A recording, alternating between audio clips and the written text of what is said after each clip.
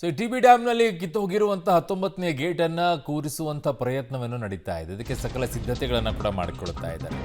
ಎರಡು ಭಾಗವಾಗಿ ಭರದಿಂದ ಈಗ ಗೇಟ್ ಸಿದ್ಧತೆ ನಡೀತಾ ಇದೆ. ಸದ್ಯ ತಾತ್ಕಾಲಿಕ ಗೇಟ್ ಅಳವಡಿಕೆಗೆ ನಿರ್ಧಾರವನ್ನು ಮಾಡ್ತಾ ಇದ್ದಾರೆ. 20 ಅಡಿ ಅಗಲ 60 ಅಡಿ ಉದ್ದದ ಗೇಟ್ ಇದಾಗಿದೆ. ತಾತ್ಕಾಲಿಕವಾಗಿ ರೆಡಿ ಮಾಡಿರುವಂಥ ಗೇಟ್ ಇದೆ. 48 ಟನ್ ತೂಕದ ಗೇಟನ್ನು 5 ಹಲಿಗೆಗಳಲ್ಲಿ ಜೋಡಿಸುವಂಥ ಕಾರ್ಯವನ್ನು ಮಾಡ್ತಾರೆ. ಏಕಕಾಲದಲ್ಲಿ ಒಂದೇ ಸರಿಗೆ ಅದನ್ನು ಹಾಕಕ್ಕಾಗೋದಿಲ್ಲ ಅಂತ 10 ಪುಟದ ನೀಲಿ ನಕ್ಷೆಯನ್ನು ಇಟ್ಕೊಂಡು ಗೇಟನ್ನು ನಿರ್ಮಾಣ ಕಾರ್ಯವನ್ನು ಮಾಡಿಕೊಂಡಿದ್ದಾರೆ. ಆಂಧ್ರ ಇಂಜಿನಿಯರ್ ಕನ್ನಯ್ಯ ನಾಯ್ಡು ನೇತೃತ್ವದಲ್ಲಿ ಗೇಟ್ ನಿರ್ಮಾಣ ಕಾರ್ಯ ಆಗಿದೆ.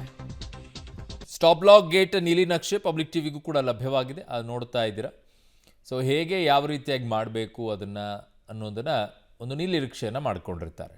ಆ ಪ್ರಕಾರವಾಗಿ ಈಗ 48 ಟನ್ ತೂಕದ ಗೇಟನ್ನು 5 ಹಲಿಗೆಗಳಲ್ಲಿ ಜೋಡಿಸುವಂಥ ಕಾರ್ಯವನ್ನು ಮಾಡ್ತಾ ಇದ್ದಾರೆ. ಈಗ ಸದ್ಯಕ್ಕೆ ನೀರು ನಿಂತರೆ ಸಾಕು ಅಂತ ಹೇಳಿ ಮುಂದೇನಾದರೂ ಮಾಡಿದ್ರೆ ಆಯಿತು ಅದಕ್ಕೆ ಅಂತ ತಾತ್ಕಾಲಿಕವಾಗಿಯೂ ಆದರೂ ಆಗಬೇಕು ಅಂತ 2 ಕಡೆಗಳಲ್ಲಿ ಈ ಗೇಟನ್ನು ತಯಾರಿ ಮಾಡ್ತಾ ಇದ್ದಾರೆ. ಒಂದು ಕಡೆ ಜಿಂದಾಲಲ್ಲೂ ಕೂಡ ಏನೋ ತಯಾರಿ ಮಾಡ್ತಾ ಇದ್ದಾರೆ ಅಂತೇಳಿ ಈಗ ಒಂದು ತಾತ್ಕಾಲಿಕವಾಗಿ ಒಂದು ಗೇಟನ್ನು ಕೂಡ ಸಿದ್ಧಪಡಿಸ್ಕೊಂಡಿದ್ದಾರೆ.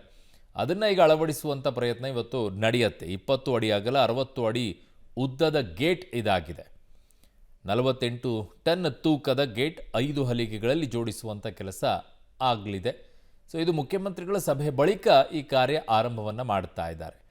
ಸೊ ತಾತ್ಕಾಲಿಕ ಆದರೂ ಓಕೆ, ಅದು ನೀರು ಹರಿಯೋದನ್ನು ನಿಂತುಬಿಟ್ರೆ ಸಾಕೀಗ ಸದ್ಯಕ್ಕೆ ಅನ್ನೋ ರೀತಿಯಲ್ಲಿ ಇದೆ. ಹಾಗಾಗಿನೇ ಕಾರಣ ಈಗಾಗಲೇ 25 TMC ನೀರು ಹರಿದೋಗಿದೆ. KRSನ ಅರ್ಧ ಡ್ಯಾಮ್ ಖಾಲಿ ಆದಂಗೆ, KRSನಲ್ಲಿರುವಂಥ ಅರ್ಧ ಡ್ಯಾಮ್ ಖಾಲಿ ಆದ ರೀತಿಯಲ್ಲಿ 25 TMC. ಬಟ್ ಇದರ ಕೆಪಾಸಿಟಿ 105ರಿಂದ ಇರೋದ್ರಿಂದ ಸೊ ಸಮಸ್ಯೆ ಇಲ್ಲ ಅಲ್ಲಿ. KRS ಅಲ್ಲಿ ಪರಿಸ್ಥಿತಿಗಳಾಗ್ಬಿಟ್ಟಿದ್ರೆ ಪೂರ್ತಿ ಡ್ಯಾಮೇ ಹೋಗ್ಬಿಟ್ಟಿದ್ರೆ ಏನು ಕತೆ ಆಗೋದು. ಹಾಗಾಗಿ ಆತಂಕ ನೀರಿನ ವಿಚಾರದಲ್ಲಿ ಈಗ.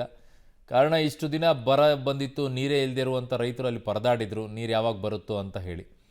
ಈಗ ಬಂದಿದೆ, ತುಂಬಿದೆ, ಬಟ್ ಎಲ್ಲ ಕಿತ್ಕೊಂಡು ಹೋಗ್ತಾ ಇದೆ.